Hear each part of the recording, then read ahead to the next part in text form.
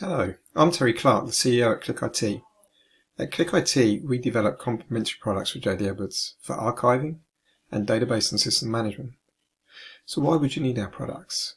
Well, I'm here to explain why you should tackle the tangle.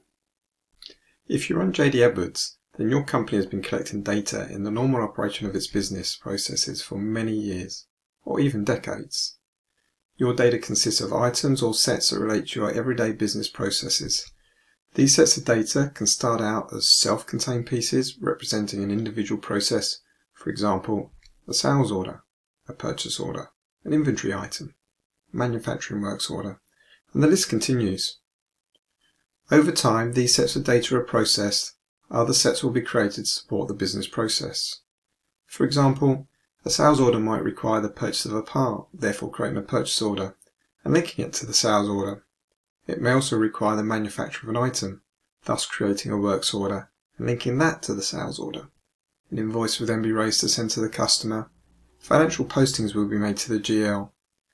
The list grows and applies to many different business processes. Gradually, your business moves away from having a database that consists of separate sets of data to a structure more akin to multiple strings of interconnected datasets.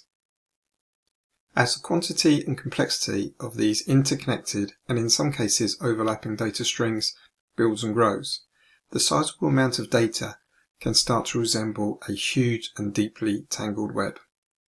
After years or decades of data collection, this may leave you wondering, how much data do I have? How it is arranged? What does it look like and what can I do about it? What do I do with this mess? And that's where Clarke IT's products can help. The first step is to begin to understand the nature of the data sets and the relationships within JD Edwards. By starting to comprehend it, you are immediately better positioned to kick off the process of unpicking your unique data tangle. Some of your data will have important value to your business, but there's likely to be a large quantity that have little or no significant benefit due to its type, nature, and age of that data. So how do we do this?